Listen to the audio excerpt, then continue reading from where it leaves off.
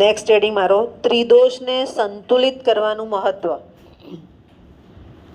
ત્રિદોષને સંતુલિત કરવાનું મહત્વ. ત્રિદોષ એટલે આ વાત પિત્ત કફમાંથી કોઈ હોય એને સંતુલિત કઈ રીતે કરવું? તો પહેલા તો તમને શું છે તમને ખબર હોવી જોઈએ વાત પિત્ત કફમાંથી.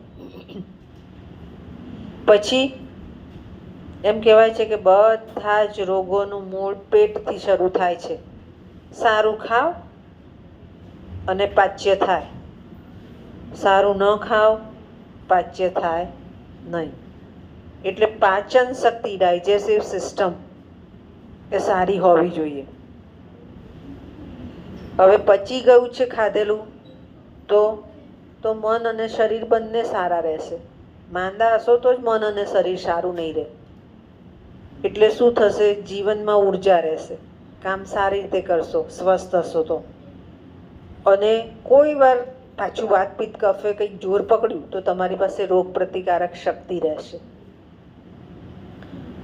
અંતે નાના છો ત્યારે ખબર નહીં પડે, પણ મોટા થશો વૃદ્ધત્વ ત્યારે સ્વાસ્થ્ય સારું રહેશે. કારણ કે આપણને ખબર છે કે આપણે કઈ રીતે એને કંટ્રોલ કરવું છે, વાત પિત્ત કફને.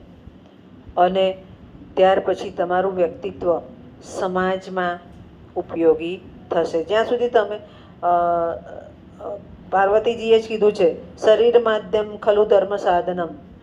શરીર સારું હશે તો જ બધું થશે, નહીતર કાંઈ થતું નથી.